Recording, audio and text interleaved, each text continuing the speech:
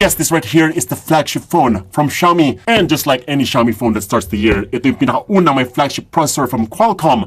Yung pinaka-latest, si Snapdragon 8 Gen 1 processor. Siya yung pinakauna, guys. Meron pa siyang 67 watts fast charging, 4,600 mAh battery. Meron pa siyang UFS 3.1 SSD storage at LPDDR5 RAM. Camera, meron siyang 50 megapixel Sony IMX766 f1.9 sensor, which is a first in any smartphone na magkaroon ng Sony IMX766. Meron pa siyang 13 megapixel na ultra-wide-angle lens and a 5 megapixel combo telemacro lens. Ang display, 6.28-inch, 1080p Full HD+, OLED display na merong 120Hz refresh rate, HDR10 Plus na, may Dolby Vision pa, and it's also Corning Gorilla Glass Victus. Wow! Ang okay din dito is naka-MIUI 13 na siya. Bagong-bago yung kanyang software, mas mabilis na, mas marami siyang features. In terms of quality, nako, panalong-panalo pa rin. This certainly looks like a flagship phone kapag ginagamit mo siya. Everything looks smooth, sharp, crisp, at mismo yung software niya, sobrang smooth. 4K sa YouTube.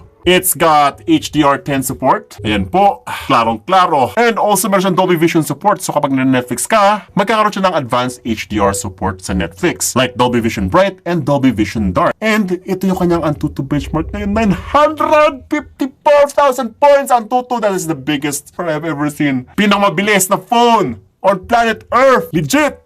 So ito yung ng mga games niya, no? Pansin ko, very smooth na siya. Lalo na sa Genshin Impact. Nice! Finally, may muscle na to power this game. It looks awesome sa Call of Duty na parang PC yung graphics dito ah. Well, in any case, no? This is powered by the latest and greatest Qualcomm processor. So, it's not surprising na maganda masyado yung graphics dito sa phone to. Nice!